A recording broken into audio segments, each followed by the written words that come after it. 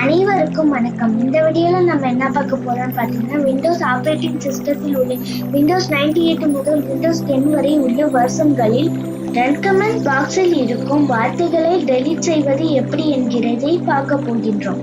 உதாரணத்திற்கு இந்த run command பாக்ஸில் உள்ள வார்த்தைகளை நாம் எப்படி டெலீட் செய்வது என்கிறதை பார்க்க போகின்றோம். ரன் கமாண்ட் பாக்ஸில் உள்ள வார்த்தைகளை நாம் டெலீட் செய்வதற்கு முதல் ஸ்டெப் என்னவென்றால், கம்ப்யூட்டர் டெஸ்க்டாப்பில் உள்ள ஸ்டார்ட் ரன்னை கிளிக் செய்யவும் அதில் Regedit என்று டைப் செய்தால் போதும். Regedit டைப் செய்தவுடன் ரெஜிஸ்டர் எடிட்டர் விண்டோ ஒன்று ஓபன் ஆகும். இந்த விண்டோவில் இருக்கும் மெனு பாரில் எடிட் ஆப்ஷனில் உள்ள ஃபைண்டை கிளிக் செய்யவும். சர்ச்சிங் தி ரெஜிஸ்ட்ரி என்று காட்டும். சிறிது நேரம் காத்திருக்கவும். சிறிது நேரம் காத்திருந்தவுடன் ரெஜிஸ்டர் எடிட்டர் விண்டோவில் RunMRU என்ற ஆப்ஷன் தெரிய வரும். இந்த RunMRU ஆப்ஷனை கிளிக் செய்தால் அதன் பக்கத்திலே நாம் ரன் கமாண்ட் பாக்ஸில் பயன்படுத்திய அனைத்து வார்த்தைகளும் தெரியும்.